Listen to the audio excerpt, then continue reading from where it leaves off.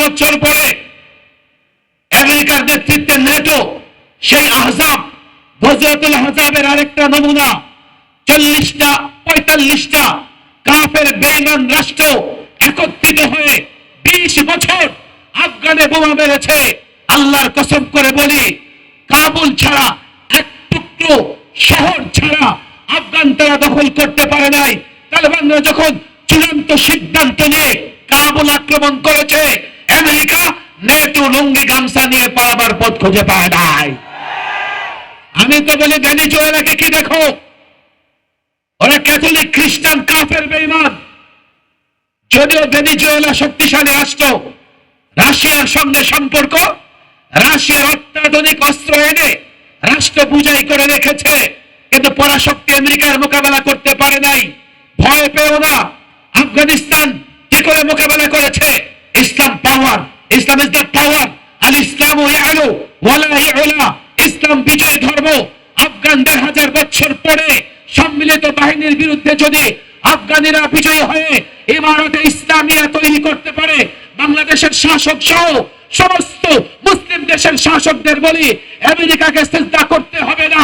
আমেরিকাকে সিজদা করেও পৃথিবীতে অনেক শক্তি টিকে থাকতে পারে নাই, অনেক প্রেসিডেন্ট টিকতে পারে নাই। আল্লাহকে সিজদা করো, ইসলাম ধরো, ইসলাম মানো।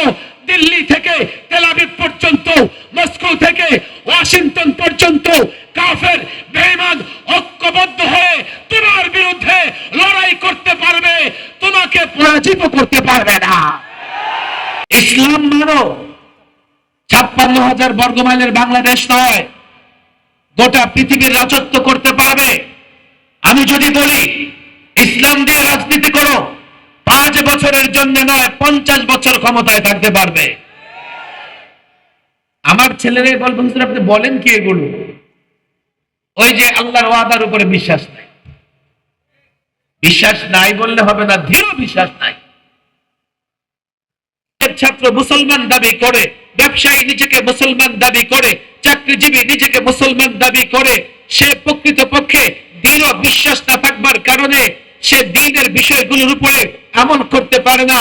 এমনকি আমরা যখন স্লোগান দেই, এটা করো না ইসলাম শেষ হয়ে যাবে, এটা করো না ইসলাম আক্রান্ত হবে, এটা করো না বেঈমান কাফের হয়ে যাবে, সে যদি কোনো রাজনৈতিক দলের নেতা বা কর্মী হয়ে থাকে, দলের নেতা বলেছে কোরআন সুন্নাহর সঙ্গে সাংঘর্ষিক নয়, বাস সেটা মেনে নেবে। আলেমদের চোখে আঙ্গুল দিয়ে দেখিয়ে দিচ্ছে এটা কোরআন হাদিসের লঙ্ঘন হচ্ছে, সে বিশ্বাস করছে না। এর মানে হলো কাফের বেঈমান, কাফের বেঈমানরা তো সরাসরি দ্বীনকে অস্বীকার করে মুরতাদ হয়ে যায় বা কাফের বেঈমান থেকে যায়। আমাদের মুসলমানেরা আল্লাহর নবীর মুআজিজা কোরআনের উপরে দৃঢ় বিশ্বাস নাই, আল্লাহর নবীর নানা মুআজিজাতের উপরে বিশ্বাস নাই, কোরআনের নানা বিধানের উপরে দৃঢ় বিশ্বাস নাই। মুসলমান ঠিকই দাবি করে বিশ্বাস নাই, এর অর্থ হচ্ছে অন্য ইসলামের খেলাফ, ইসলামের বিপরীতটা এত মজবুত ভাবে আমল করে, ইসলাম অনুযায়ী যেটা আমল করবার সেটাকে পাত্তা দেয় না। আল্লাহর কসম করে বলি, ইসলামের বিপরীত বিষয়গুলো, ইসম তন্ত্র মন্ত্র যতটা আন্তরিকতার সঙ্গে আদায় করো, ইসলাম যদি এতটা আন্তরিকতার সঙ্গে গ্রহণ করতে না পারো, ঈমান হেফাজত করতে পারবে না। আমাদের বাইতুল মুকাররমের খতিব সাহেব আজকে সম্ভবত একটা বক্তৃতা শুনলাম, উনি বলতেছে ইসলামে তো কোনো বিরোধী দল নাই। এটা আমাদের প্রচলিত রাজনৈতিক ভাইয়েরা বুঝবে না। সরকারি দল আর বিরোধী দল কি জিনিস? এই সরকারি দল আর বিরোধী দলের এই পশ্চিমা কনসেপ্ট, পশ্চিমা ধারণার কারণে অনেক বেঈমান হয়ে যাচ্ছে। হুজুর বুঝলাম না, একটু খেয়াল করে বুঝবেন, কঠিন বিষয় না। সরকারি দলের কাজ কি? সরকার যা করে সব ঠিক।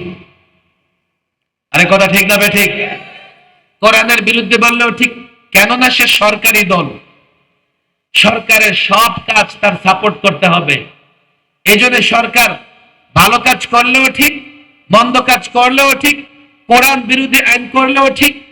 কথা ঠিক না ঠিক? আবার বিরোধী দলের কাজ কি? তার টার্গেট ক্ষমতা। সরকার ভালো কাজ করলেও সেটাও ঠিক না, সরকার মন্দ কাজ করলেও সেটাও ঠিক না। এবার শরীয়তের দৃষ্টিভঙ্গি কি? শরীয়তের দৃষ্টিভঙ্গি হচ্ছে, শাসক যদি ভালো কাজ করে তাকে সহযোগিতা করো, শাসক যদি মন্দ কাজ করে তুমি সরকারি দল হলেই শাসকের মন্দ কাজকে সাপোর্ট করতে পারবা না। এই জন্য ইসলামে সরকারি দলের বিরোধী দলের কোনো ধারণা নাই। তাও যদি কোনো সরকার ক্ষমতায় আসে, যার সঙ্গে আমার সম্পর্ক ভালো, আমি অ্যালায়েন্স করেছি, আমি জোট করেছি, আমি তার সমর্থন নিয়ে এমপি হয়েছে, আমি তার সমর্থন নিয়ে রাজনীতি করি, এই সরকার যদি কোন ধরনের এমন কোন কাজ করে যে কাজ কোরআন পরিপন্থী, সুন্নাহ পরিপন্থী, সবার আগে ওই আলেমকে জানতে হবে যে এই দলের সঙ্গে অ্যালায়েন্স করেছে, যে এই দলের সঙ্গে জোট করেছে। যদি তা না হয়, আল্লাহর কসম করে বলি, সাধারণ জনগণ বেঈমান হবে পরে, ওই মৌলবী বেঈমান হবে আগে। আবার আমেরিকার কাছে মেয়াদও লাগে না, আরেক দেশের প্রেসিডেন্ট প্রধানমন্ত্রী ধরে নিয়ে গেছে, ধরে নিয়ে বিচার করতেছে। কথা ঠিক না ঠিক? আবার আমাদের দেশের কেউ কেউ ভয় পেতেছে রাজনীতিবিদরা, যে হুজুর যদি ক্ষমতা এসে যায় ধরে নিয়ে যায়, এমন ভয় অনেকের ভেতরে কাজ করতেছে। ক্ষমতা আসলাম হুজুর, যদি ওর গোলামি না করি তো কোন ফাঁকি দিয়ে ধরে নিয়ে যাবে টেরও পাবো না। আমি বলছি হ্যাঁ ভালো হয়েছে, এবার সেজদা আগে সকাল বিকাল করতেন, 24 ঘন্টা করেন এবার। আমেরিকা যদি রাজি না থাকে তাহলে তো ক্ষমতা ঠিকবে না। ভেনিজুয়েলার ঘটনা দেখে অবাক হইতেছ? মুসলমান হলে আফগানের ঘটনা দেখো। 20 বছর নেটো, সব কুফার শক্তি। আমি তো বলি রাত অনেক হয়ে গেছে।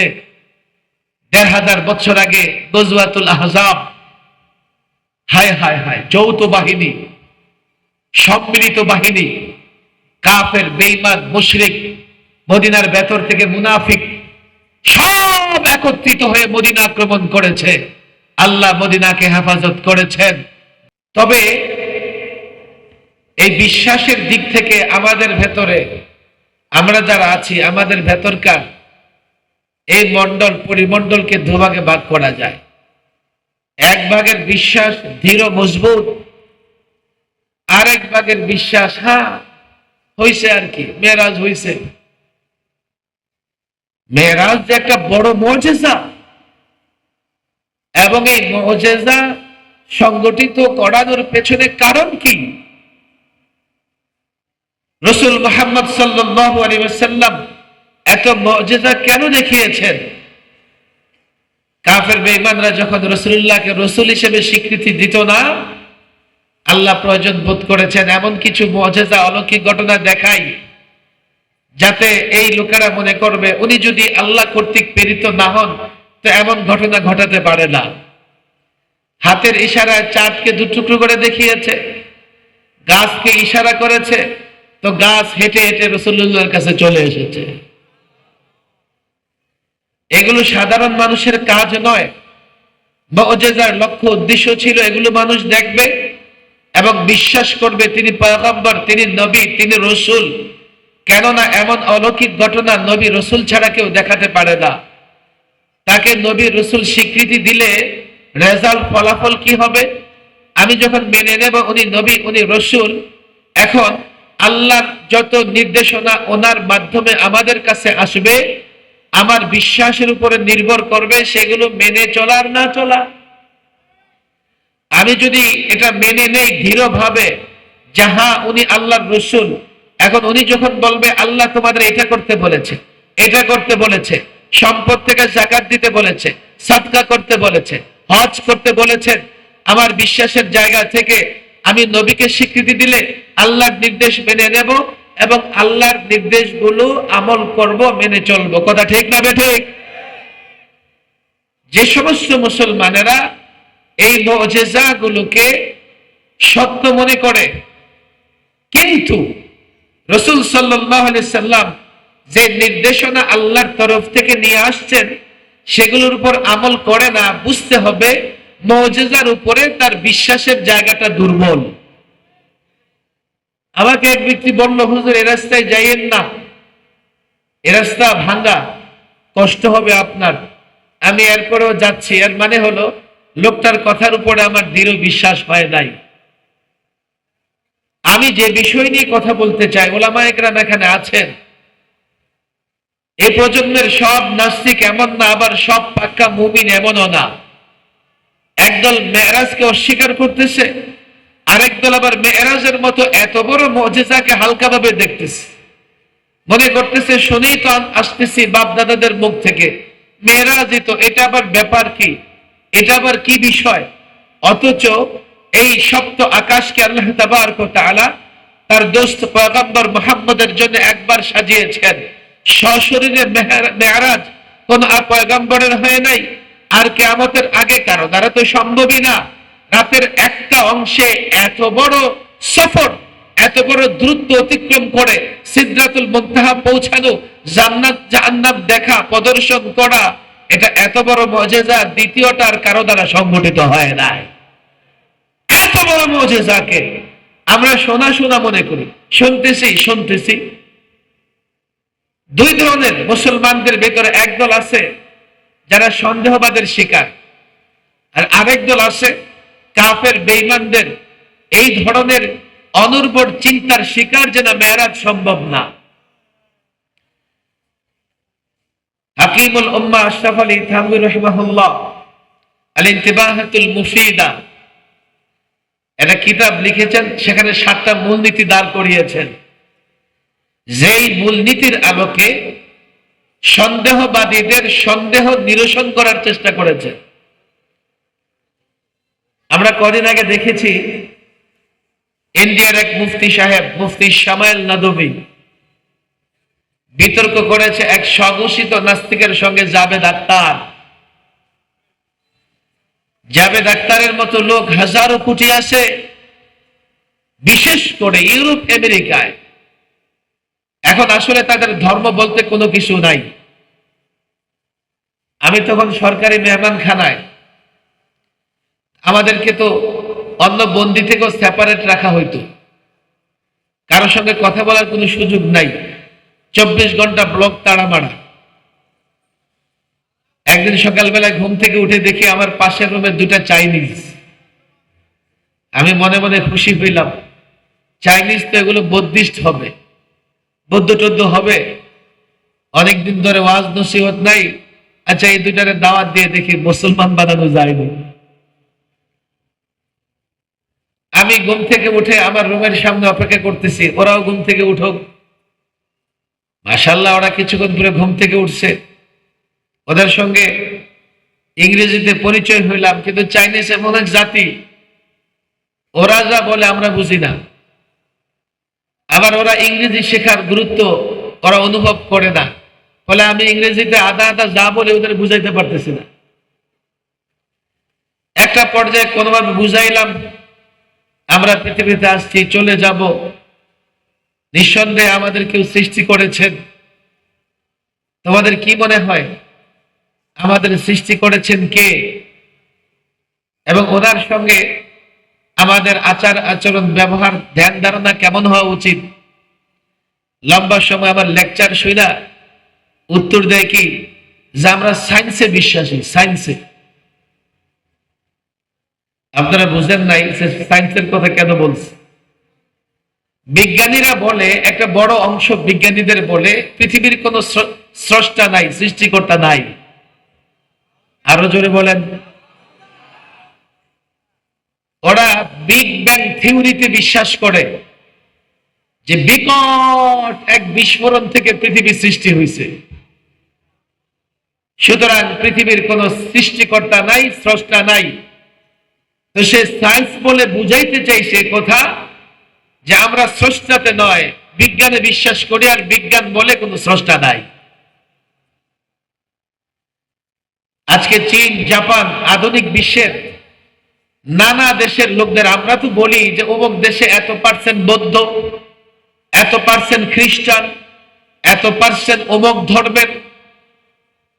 প্রকৃতপক্ষে তাদের বিশ্বাসের জায়গা এত বড় দুর্বল। অধিকাংশ ওই ধর্মের লোকেরা তারা বস্তুবাদী, বস্তু পূজারী, বস্তুকেই সবকিছু মনে করে, স্রষ্টা পর্যন্ত চিন্তা করার সময় তারা পায় না।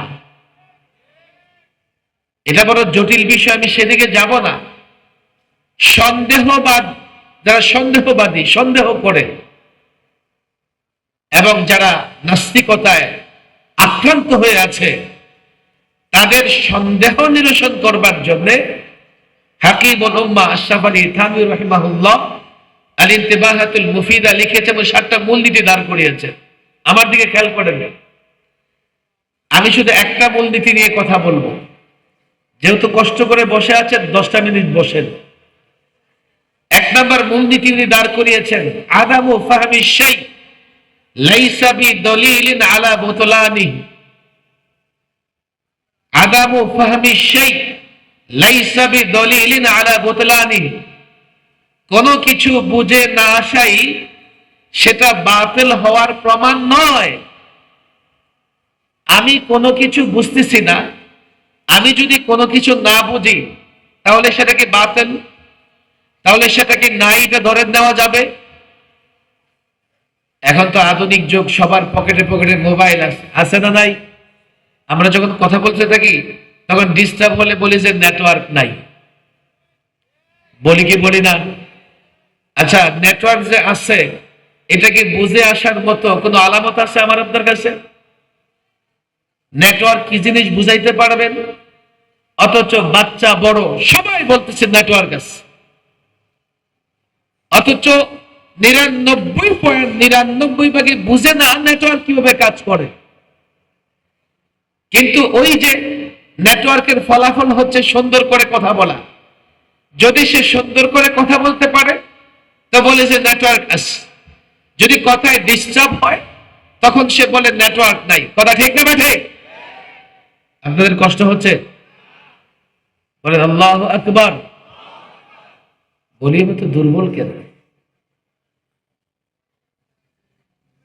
আমি একটু জটিল বিষয় হলো, দেখেন না, আমার ভলিউম ঠিক আছে, জাতির ভলিউম না। ওরা নির্বাচনে দেখবেন না এমন স্লোগান দিব, এখন ভলিউম কমায় রাখছে। কথা ঠিক না ঠিক? এটাও ঠিক। দেখছেন মাশাআল্লাহ, আমাদের নেতাদের যে চরিত্র, কোন নেতার চরিত্র ফুলের থেকে নিচে নামে না। কথা ঠিক না ঠিক? সব নেতার চরিত্র ফুলের মতো পবিত্র, ফুলের লেভেল ক্রস করে না। সেখানে এই যুবকেরা গলা ফাটায় চিল্লাইতে থাকে, অথচ ওই কিন্তু আমার চেয়ে ভালো জানে ওই নেতা কয় নাম্বার। আরে কথা ঠিক না ঠিক? মাহফিলে এসে বলিউল কমায় রাখে, এত জোরে তাকবীর দিবেন যে মাটি কাঁপতে থাকে, এলাকার লোকেরা মনে করে ভূমিকম্প হইতেছে। তাকবীর দিতে পারেন না, জিহাদের ময়দানে যাবেন কেমনে? চলতে চলতে যাওয়ার আগে শহীদ হয়ে যাবে। ওসমান হাদির মতো হইতে পারবেন না তো। বলেন আল্লাহু আকবার।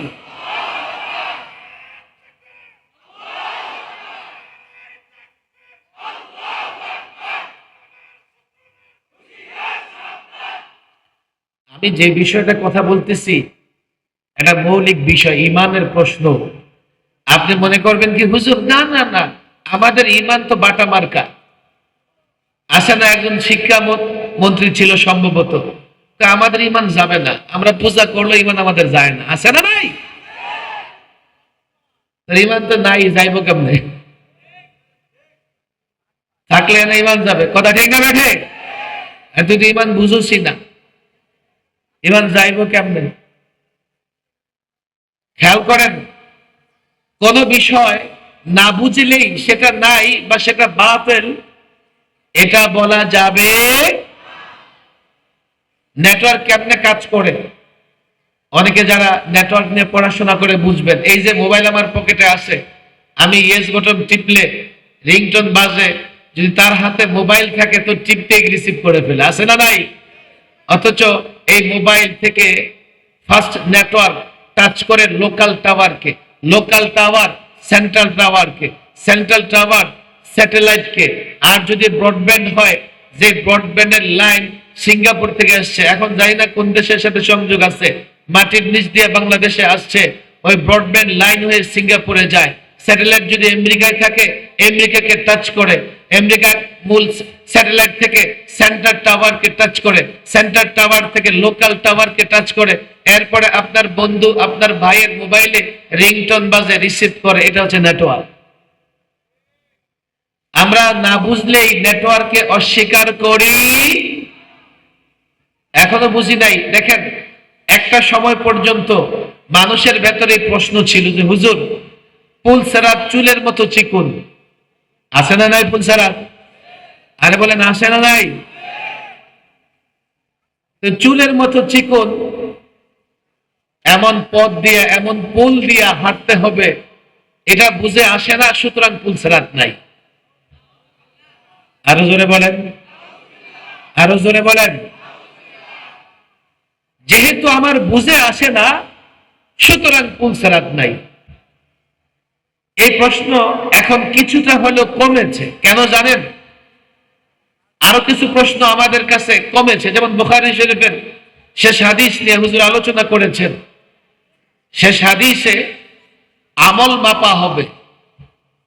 আমল কি করা হবে? বলেন, আমল কি করা হবে? আচ্ছা বলেন, আমলের কোনো আকার আকৃতি আছে? থাকলেও হয়তো তখন হবে। এখন যে আমরা আমল করি, এটাকে দেখার মতো কিছু আছে? তো কেমনে মাপা হবে? যেহেতু বুঝে আসে না, কেমনে মাপা হবে? সুতরাং আমল মাপা হবে না। নাউজুবিল্লাহ বলেন, আরো জোরে বলেন। তো মুফতি আমিন রাহিমাহুল্লাহ এর উপরে লম্বা তাকরির করতেন। হুজুর বলেন, এখন আর এই প্রশ্ন করার সুযোগ নাই। কেন? আমরা বাতাস দেখি না, অথচ বাতাস মাপা যায়। কথা ঠিক না বেঠিক? তাপমাত্রা মাপা যায়। এখন 12 ডিগ্রি সেলসিয়াস তাপমাত্রা। তাপমাত্রা যদি মাপা যায়, বাতাস যদি মাপা যায়, আমল মাপতে পারবে, তাতে কোনো সন্দেহ নাই। তদ্রূপ পুলসেরাত এখন আর অসম্ভব মনে হয় না। কেন জানেন? অনেক সার্কাস আছে এমন, এই লাঠি থেকে ওই লাঠিতে রশি বাঁধে, 1 ইঞ্চি মোটা রশি দিয়া মানুষ হেঁটে এপার থেকে ওপার যায়। যায় কি যায় না? তো এই দুনিয়াতে যদি 1 ইঞ্চি রশি দিয়ে হাঁটতে পারে, তো কিয়ামতে 1 ইঞ্চি পোল দিয়া, কি বলি, 1 সুতা, 1 চুল পরিমাণ পোল দিয়া যে মুমিন যারা, মুসলমান যারা, যে কেউ পারবে না। মুমিন মুসলমান হেঁটে জান্নাতে যেতে পারবে। তাহলে কোনো কিছু অসম্ভব আমার কাছে হলেই সেটা নাই বা সেটা বাতিল, এ কথার প্রমাণ বহন করে। এবার আসেন মেরাজের ঘটনায়। যারা মনে করে মেরাজ সংগঠিত হয় নাই, কেন? যে রাতের একটা অংশে এত দূরত্ব ভ্রমণ করা সম্ভব নয়, তাদের বেলায় এই দলিল যে দেখো, তোমার বুঝে আসে না, তোমার বুঝে না আসলে সেটা বাতিল নয়। আপনি খেয়াল করে দেখেন, একটা সময় হজ ওমরা করতে 6 মাস সময় লাগতো, আর এখন কেউ চাইলে, হজের একটু আনুষ্ঠানিকতা আছে, কেউ যদি মনে করে ওমরা করবে, তো 24 ঘন্টার মধ্যে ওমরা করে ফিরে আসতে পারবে। আমি নিজে 24 ঘন্টায় ওমরা করে ফিরে আসছি। 15 দিন 1 মাস সফর করে জেদ্দা যাইতে হইতো, এখন 6 ঘন্টায় কোথায় চলে যায়? ঢাকা থেকে জেদ্দা চলে যায়। একটা সময় এমন হবে, দেখেন না, মিসাইল আবিষ্কার করে ঘন্টায় 2000 কিলোমিটার যায়। সামনে যদি এমন কোন বিমান আবিষ্কার হয় যে ঘন্টায় 2000 কিলোমিটার যায়, তো জেদ্দা যাইতে 3 ঘন্টা লাগবে। 3000 কিলোমিটার যায়, 2 ঘন্টা লাগবে। হবে একটা সময় এত দ্রুত গতি সম্পন্ন বিমান আসবে, 1 ঘন্টায় লোকেরা বাংলাদেশ থেকে জেদ্দায় চলে যাবে। দুনিয়ার মানুষ যদি এত গতি সম্পন্ন বিমান তৈরি করতে পারে, আল্লাহ তাবারক ওয়া তাআলা নিঃসন্দেহে এমন বাহন তৈরি করতে পারেন যা মুহূর্তের মধ্যে সিদরাতুল মুনতাহা পর্যন্ত পৌঁছায় দেবে। এটা যেমন বুঝে আসছে, ইসলামের নানা বিষয়ের উপরে সন্দেহ কাজ করে। বাস্তব কিছু সন্দেহের জায়গায় আসেন। লিযযাকারি মিসলু হাজ্জিল উনসায়াইন, কোরআনের বিধান হচ্ছে বাবার সম্পত্তিতে কন্যা যা পাবে, পুত্র তার ডবল পাবে। এখন এই যুগের অনেক বুদ্ধিজীবীদের বুঝে আসে না, আল্লাহ এটা কেন বলল, বুঝে আসে না। সুতরাং বারবার তারা চাপাচাপি করে যে হুজুর, কোনোভাবে কি সমান করে দেওয়া যায় না? কোনোভাবে কি সমান করে দেওয়া যায় না?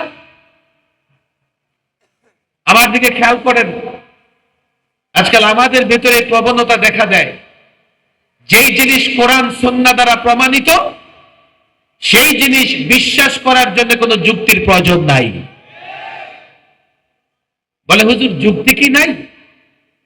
আমি যদি এই বিষয়ের উপরে যুক্তি দিয়ে 50টা দিতে পারবো। যেই জিনিস সরাসরি কোরআন সুন্নাহ দ্বারা প্রমাণিত, কোন মুসলমান ঈমানদার হয়ে থাকলে সেই জিনিসের পক্ষে যুক্তি তালাশ করবে না। আবার কিছু বিষয় আছে যুক্তি দ্বারা প্রমাণিত, যদি আমরা যুক্তি দিয়ে প্রমাণ দিয়ে দেই, তবে এখানে আবার কিছু দেখবেন যে এমন পণ্ডিত বের হয়, হুজুর কোরআন হাদিসে কি কোনো দলিল আছে? আরে বেটা, বিষয়টাই এমন যা যুক্তি দিয়ে বুঝতে হবে। সেই বিষয়ে তুমি কোরআন সুন্নাহর দলিল কেন তালাশ করো? সেই বিষয়ে যদি আমি তোমাকে যুক্তি দিয়ে বুঝাই দিতে পারি, সেটাই তোমাকে মানতে হবে। কথা ঠিক না ঠিক? প্রথম কথা হচ্ছে আজকাল কোরআন সুন্নাহ দ্বারা অনেক বিষয় পরিষ্কার প্রমাণিত হবার পরেও রাজনীতিবিদ, ডাক্তার, ইঞ্জিনিয়ার, বুদ্ধিজীবী এমন আছে, এগুলো তার বুঝে না আসবার কারণে সে গ্রহণ করতে চায় না। সুতরাং এই ধরনের সন্দেহবাদে যারা আক্রান্ত, বুঝতে হবে মুখে মুখে যতই নিজেকে মুসলিম আর মুমিন দাবি করো, সে প্রকৃতপক্ষে মুমিন মুসলমান হতে পারে নাই। এক একটা যদি বলে অনেক অনেক বিষয় বিচার ব্যবস্থায়, আমান লাম ইয়াহকুম বিমা আনজালাল্লাহ ফাউলাইকা হুমুল কাফিরুন ফাসিকুন জালিমুন। আমি কথা সংক্ষেপ করতেছি, এদেশে অনেক বুদ্ধিজীবী আছে শরিয়া আইন বুঝে না। এদেশে অনেক রাজনীতিবিদ আছে ইসলামিক ল বুঝে না। অবাক করা বিষয়, রাজনীতিবিদ কি বলবো, ইসলামী রাজনীতিবিদ আছে, মনে করে যে ইসলামের নামে একটা মিছিল মিটিং করলে ইসলামী রাজনীতি হয়ে গেছে। ইসলামিক ল, শরিয়া আইন, শরিয়া ল বুঝে না। এই রাজনীতিবিদ বুদ্ধিজীবীদের কাছে মনে হয় যে অসম্ভব, এ যুগে শরিয়া আইন বাস্তবায়ন করা সম্ভব না। সুতরাং শরিয়া আইন বাদ দেন, আমরা নিজেদের মতো করে চলবো। আপনি যে বলেন যে হুজুর আমরা তো নাস্তিক না, এক একটা মিলায় দেখেন আমাদের চরিত্র কার সঙ্গে মিলে যায়। এই যে আমাদের কোরআন সুন্নাহ আমলের দুর্বলতা, এর একটা কারণ হচ্ছে স্বঘোষিত নাস্তিক তো না, স্বঘোষিত মুসলিম, কিন্তু বিশ্বাসের দুর্বলতার কারণে একজন আলেম যেইভাবে দ্বীনের একটা বিষয়ের উপরে আমল করতে চায়, একজন মাদ্রাসার ছাত্র যেভাবে দ্বীনের একটা বিষয় মেনে চলতে চায়, কলেজের ছাত্র মুসলমান দাবি করে, ব্যবসায়ী নিজেকে মুসলমান দাবি করে, চাকরিজীবী নিজেকে মুসলমান দাবি করে, সে প্রকৃতপক্ষে দৃঢ় বিশ্বাস না থাকবার কারণে সে দ্বীনের বিষয়গুলোর উপরে আমল করতে পারে না। এমনকি আমরা যখন স্লোগান দেই এটা করো না ইসলাম শেষ হয়ে যাবে, এটা করো না ইসলাম আক্রান্ত হবে, এটা করো না বেঈমান কাফের হয়ে যাবে, সে যদি কোনো রাজনৈতিক দলের নেতা বা কর্মী হয়ে থাকে, দলের নেতা বলেছে কোরআন সুন্নাহর সঙ্গে সাংঘর্ষিক নয়, বাস সেটা মেনে নেবে। আলেমদের চোখে আঙ্গুল দিয়ে দেখিয়ে দিচ্ছে এটা কোরআন হাদিসের লঙ্ঘন হচ্ছে, সে বিশ্বাস করছে না।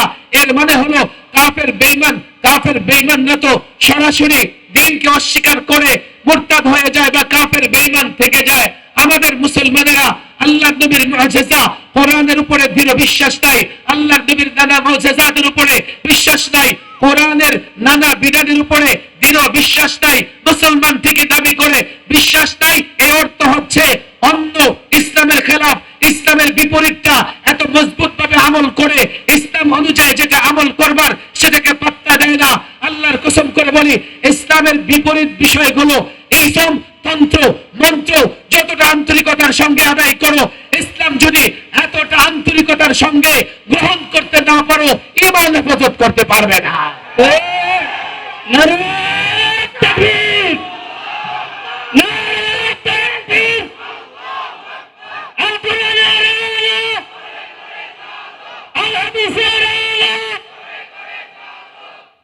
রাত অনেক হয়ে গেছে, দেখেন আমাদের ভেতরে সন্দেহের মরজ আছে। আমি যদি আজকে বলে দিই এখানে, এই যুবকেরা শোনো, ইসলাম মেনে চলো, গোটা পৃথিবীর রাজত্ব করতে পারবে, অনেকেই বলবে হুজুরের কোনো সমস্যা আছে মনে হয়। আমি যদি বলি ইসলাম ধরো, ইসলাম মানো, 56,000 বর্গমাইলের বাংলাদেশ নয়, গোটা পৃথিবীর রাজত্ব করতে পারবে। আমি যদি বলি ইসলাম দিয়ে রাজনীতি করো, 5 বছরের জন্য নয় 50 বছর ক্ষমতায় থাকতে পারবে। আমার ছেলেরা বলবেন হুজুর আপনি বলেন কি এগুলো? ওই যে আল্লাহর ওয়াদার উপরে বিশ্বাস নাই। বিশ্বাস নাই বললে হবে না, দৃঢ় বিশ্বাস নাই। আমাদের বাইতুল মুকাররমের খতিব সাহেব আজকে সম্ভবত একটা বক্তৃতা শুনলাম, উনি বলতেছে ইসলামে তো কোনো বিরোধী দল নাই। এটা আমাদের প্রচলিত রাজনৈতিক ভাইয়েরা বুঝবে না। সরকারি দল আর বিরোধী দল কি জিনিস? এই সরকারি দল আর বিরোধী দলের এই পশ্চিমা কনসেপ্ট, পশ্চিমা ধারণার কারণে অনেক বেঈমান হয়ে যাচ্ছে। হুজুর বুঝলাম না, একটু খেয়াল করে বুঝবেন, কঠিন বিষয় না। সরকারি দলের কাজ কি? সরকার যা করে সব ঠিক। আরে কথা ঠিক না ঠিক? কোরআনের বিরুদ্ধে বললেও ঠিক, কেননা সে সরকারি দল। সরকারের সব কাজ তার সাপোর্ট করতে হবে। এই জন্য সরকার ভালো কাজ করলেও ঠিক, মন্দ কাজ করলেও ঠিক, কোরআন বিরোধী আইন করলেও ঠিক। কথা ঠিক না ঠিক? আবার বিরোধী দলের কাজ কি? তার টার্গেট ক্ষমতা। সরকার ভালো কাজ করলেও সেটাও ঠিক না, সরকার মন্দ কাজ করলেও সেটাও ঠিক না। এবার শরীয়তের দৃষ্টিভঙ্গি কি? শরীয়তের দৃষ্টিভঙ্গি হচ্ছে শাসক যদি ভালো কাজ করে তাকে সহযোগিতা করো, শাসক যদি মন্দ কাজ করে তুমি সরকারি দল হলেই শাসকের মন্দ কাজকে সাপোর্ট করতে পারবা না। এই জন্য ইসলামে সরকারি দল আর বিরোধী দলের কোনো ধারণা নাই। কাল যদি কোনো সরকার ক্ষমতায় আসে, যার সঙ্গে আমার সম্পর্ক ভালো, আমি অ্যালায়েন্স করেছি, আমি জোট করেছি, আমি তার সমর্থন নিয়ে এমপি হয়েছে, আমি তার সমর্থন নিয়ে রাজনীতি করি, এই সরকার যদি কোন ধরনের এমন কোন কাজ করে যে কাজ কোরআন পরিপন্থী, সুন্নাহ পরিপন্থী, সবার আগে ওই আলেমকে জানতে হবে যে এই দলের সঙ্গে অ্যালায়েন্স করেছে, যে এই দলের সঙ্গে জোট করেছে। যদি তা না হয়, আল্লাহর কসম করে বলি, সাধারণ জনগণ বেঈমান হবে পরে, ওই মৌলবী বেঈমান হবে আগে। সরকারি দল বিরোধী দল কি?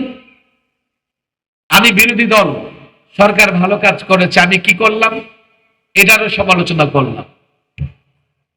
সরকারকে মৌলবাদী জঙ্গিবাদী বানায় দিলাম, কেন? মৌলবীদের নিয়ে আশ্রয় দিছে। 2, প্রচলিত রাজনীতিতে নানা দেশে মেয়াদ আছে, আবার আমেরিকার কাছে মেয়াদও লাগে না, আরেক দেশের প্রেসিডেন্ট প্রধানমন্ত্রী ধরে নিয়ে গেছে, ধরে নিয়ে বিচার করতেছে। কথা ঠিক না ঠিক? আবার আমাদের দেশের কেউ কেউ ভয় পেতেছে রাজনীতিবিদরা, যে হুজুর যদি ক্ষমতায় এসে যায় ধরে নিয়ে যায়। এমন ভয় অনেকের ভেতরে কাজ করতেছে, ক্ষমতায় আসলাম হুজুর, যদি ওর গোলামি না করি তো কোন ফাঁকি দিয়ে ধরে নিয়ে যাবে টেরও পাবো না। আমি বলছি হ্যাঁ ভালো হয়েছে, এবার সেজদা আগে সকাল বিকাল করতেন, 24 ঘন্টা করেন এবার। আমেরিকা যদি রাজি না থাকে তাহলে তো ক্ষমতা ঠিকবে না। ভেনিজুয়েলার ঘটনা দেখে অবাক হইতেছ? মুসলমান হলে আফগানের ঘটনা দেখো। 20 বছর নেটো, সব কুফার শক্তি। আমি তো বলি রাত অনেক হয়ে গেছে। 1500 বছর আগে গজওয়াতুল আহজাব, হায় হায় হায়, যৌথ বাহিনী, সম্মিলিত বাহিনী, কাফের, বেঈমান, মুশরিক, মদিনার ভেতর থেকে মুনাফিক, সব একত্রিত হয়ে মদিনা আক্রমণ করেছে। আল্লাহ মদিনাকে হেফাজত করেছেন। 1500 বছর পরে আমেরিকার নেতৃত্বে নেটো, সেই আহজাব, গজওয়াতুল আহজাবের আরেকটা নমুনা। 40টা 45টা কাফের বেঈমান রাষ্ট্র একত্রিত হয়ে 20 বছর আফগানে বোমা মেরেছে। আল্লাহর কসম করে বলি, কাবুল ছাড়া, এক টুকরো শহর ছাড়া আফগান তারা দখল করতে পারে নাই। তালেবানরা যখন চূড়ান্ত সিদ্ধান্ত নিয়ে কাবুল আক্রমণ করেছে, আমেরিকা নেটো লুঙ্গি গামছা নিয়ে পালাবার পথ খুঁজে পায় নাই। আমি তো বলি ভেনিজুয়েলাকে কি দেখো, ওরা ক্যাথলিক, খ্রিস্টান, কাফের, বেঈমান। যদিও ভেনেজুয়েলা শক্তিশালী রাষ্ট্র, রাশিয়ার সঙ্গে সম্পর্ক, রাশিয়ার অত্যাধুনিক অস্ত্র এনে রাষ্ট্র বুঝাই করে রেখেছে, কিন্তু পরাশক্তি আমেরিকার মোকাবেলা করতে পারে নাই। ভয় পেও না। আফগানিস্তান কি করে মোকাবেলা করেছে? ইসলাম পাওয়ার, ইসলাম is the power, Al Islam Yalu ওয়ালা ইয়ালা। ইসলাম বিজয় ধর্ম। আফগান ১৫০০ বছর পরে সম্মিলিত বাহিনীর বিরুদ্ধে যদি আফগানিরা বিজয়ী হয়ে ইমারতে ইসলামিয়া তৈরি করতে পারে, বাংলাদেশের শাসক সহ সমস্ত মুসলিম দেশের শাসকদের বলি, আমেরিকাকে সিজদা করতে হবে না। আমেরিকাকে সিজদা করেও পৃথিবীতে অনেক শক্তি টিকে থাকতে পারে নাই, অনেক প্রেসিডেন্ট টিকতে পারে নাই। আল্লাহকে সিজদা করো, ইসলাম ধরো, ইসলাম মানো। দিল্লি থেকে তেল আবিব পর্যন্ত, মস্কো থেকে ওয়াশিংটন পর্যন্ত কাফের বেঈমান ঐক্যবদ্ধ হয়ে তোমার বিরুদ্ধে লড়াই করতে পারবে, তোমাকে পরাজিত করতে পারবে না।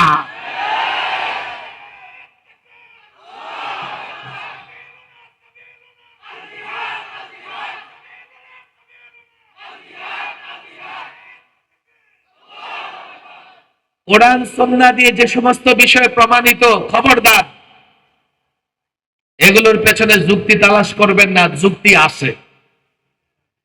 যদি আপনার কোনো বিষয়ে যুক্তি, আপনার মনে হয় যে যুক্তি লাগবে, আসেন আলেমদের কাছে, 50টা যুক্তি দিয়ে দিবে আপনাকে। এটাও যুক্তি চাইতে পারেন, হুজুর ইসলাম হলে আপনারা বিজয়ী হয়ে যাবেন, যুক্তি কি? যুক্তি ১৫০০ বছরের ইতিহাস দেখো। মুসলমানেরা কখনোই অস্ত্রে শস্ত্রে তত একটা শক্তিশালী ছিল না। দুর্বল বাহিনী, ইসলামের কারণে আল্লাহ শক্তিশালী বাহিনীর বিরুদ্ধে বিজয় দান করেছে। হাজার প্রমাণ দেখো, যুক্তি দিতে পারবো। আমি যুক্তির কায়েল না। কোরআন সুন্নাহয় আল্লাহ তাবারক ওয়া তাআলা যে ওয়াদা করেছেন মুমিনদের সাথে, আমি বিশ্বাস করি মুমিন যদি কোরআন সুন্নাহ আঁকড়ে ধরে জীবন পরিচালনা করে, আল্লাহর ওয়াদা বাস্তবায়িত হবে। আবার যেসব বিষয়ের পেছনে যুক্তি, এগুলো কোরআন হাদিসে তালাশ করেন না। ওই জাবেদ আখতারের মতো, যে আপনাদের কিতাবে তো ডাইনোসরের কথা নাই। আজকাল অনেক পণ্ডিত আছে, হুজুর আপনাদের কোরআন সুন্নাহয় কি এরোপ্লেন বানানোর কথা আছে? আছে না? এগুলো অদ্ভুত বেটা। এগুলো তো মানুষের তৈরি, মানুষ যা মেরামত করে, তরতিব দেয়। হ্যাঁ, মৌলিক ভাবে আপনি যদি তালাশ করেন, সমস্ত যানবাহনের কথা ইশারা ইঙ্গিতে কোরআনে আছে। আজকের মূল বিষয় হলো আদামু ফাহমি শাই লাইসা বিদলিলিন আলা বুতলানি। কোন কিছু বুঝে না আসলে সেটা বাতিল, এ কথা বলা যাবে। সুতরাং মেরাজ যে সংগঠিত হয়েছে এটা সত্য, সন্দেহবাদীদের সন্দেহ করার কোনো কারণ নাই। কথা ঠিক না বেঠিক? বলবে হুজুর হিমমন্ডল কেমনে পার হবে, এরপরে অগ্নিমন্ডল কেমনে পার হবে? আমার দিকে খেয়াল করেন, মক্কা মদিনায় তো অনেকেই সফর করেন। মক্কা মদিনায় মাঝে মধ্যে তাপমাত্রা এত বেশি থাকে, বের হলে মনে হয় চেহারায় আগুনের গোল্লা আসতেছে। কথা ঠিক না বেঠিক? আবার আপনি হুট করে একটা হোটেলে ঢুকে দেখেন তাপমাত্রা 15-16, শীত লাগতেছে। আরে দুনিয়াতে যদি এত তাপমাত্রার মধ্যে এমন এসি তৈরি করে আপনার রুমটাকে ঠান্ডা করতে পারেন, আল্লাহ তাবারক ওয়া তাআলা এমন বাহনের ব্যবস্থা করতে পারবেন না যে বাহন দিয়া ঠান্ডা অতিক্রম হবে অথচ খবর থাকবে না? কথা ঠিক না বেঠিক? অগ্নিমন্ডল অতিক্রম করবে, অগ্নিমন্ডল তাকে স্পর্শ করতে পারবে না, এমন কিছু বাহন তৈরি করা আল্লাহর জন্য কোনোভাবেই অসম্ভব নয়। কথা ঠিক না বেঠিক? সুতরাং মেরাজ সত্য, বায়ুমণ্ডল, হিমমণ্ডল, অগ্নিমণ্ডল, আসমান আছে সত্য। এক এক করে আসমান অতিক্রম করে সিদরাতুল মুনতাহা পর্যন্ত রাসূলুল্লাহ ভ্রমণ করেছেন, মেরাজ হয়েছে সত্য। কথা ঠিক না বেঠিক? যারা সন্দেহবাদী আছে তারা সন্দেহ নিপতিত থাকবে। তারা যদি বুঝবার চেষ্টা করে, আল্লাহ তাবারক ওয়া তাআলা তাদেরকে হেদায়েত দান করবেন। আমরা যারা মুমিন আছি, মেরাজের মতো এত বড় ঘটনা, এটাকে আমরা যদি দৃঢ় বিশ্বাস করি, তো মেরাজে এত বড় ঘটনার পরে রাসূলুল্লাহ নামাজ নিয়ে এসেছেন, সেই নামাজের ফজিলত আমাদের অটোমেটিক বুঝে আসবে। কথা ঠিক না বেঠিক? সেই নামাজের জন্য ফজরে জাগা কষ্ট হবে না, সেই নামাজের জন্য দোকান বন্ধ করে নামাজ পড়া কষ্ট হবে না, মিছিল মিটিং বাদ দিয়ে নামাজ পড়া কষ্ট হবে না। যদি আমাদের এই মুজিজাগুলোর উপরে বিশ্বাস থাকে, কোরআন সুন্নাহর উপরে বিশ্বাস থাকে, আর মুমিন জানি ঘটনা ঘটনা হিসেবে নিয়েছি, মুজিজা হিসেবে নেই নাই, অলৌকিক ঘটনা হিসেবে নেই নাই, গতানুগতিক জীবন যাপন হবে, আল্লাহর নির্দেশগুলো মানার তৌফিক হবে না। এই জন্য বলি, দেখেন মুজিজা নিয়ে তো আলোচনা হয়, কিন্তু মুজিজার এই গুরুত্ব আমাদের জানা থাকে না, যার জন্য মুজিজাকে ঘটনা হিসেবে নেই। মুজিজার মাধ্যমে যা প্রমাণিত হয়েছে যে আল্লাহর নির্দেশ আমাদের কাছে এসেছে, সেই নির্দেশগুলো মানার ক্ষেত্রে আমরা সিরিয়াস হই না, সেই নির্দেশগুলো মানার ক্ষেত্রে আমরা আন্তরিক হই না। আল্লাহ তাবারক ওয়া তাআলা সত্যিকার অর্থেই আমাদেরকে আল্লাহ তাবারক ওয়া তাআলার বিধিবিধানগুলো পালন করার তৌফিক দান করুন এবং দৃঢ় বিশ্বাস দান করুন। ওমা তাওফীকি ইল্লা বিল্লাহ ওমা আলাইনা ইল্লা আল্লাহুম্মা আনতাস সালাম ওয়া মিনকাস সালাম তাবারাকতা ইয়া যাল জালালি ওয়াল ইকরাম।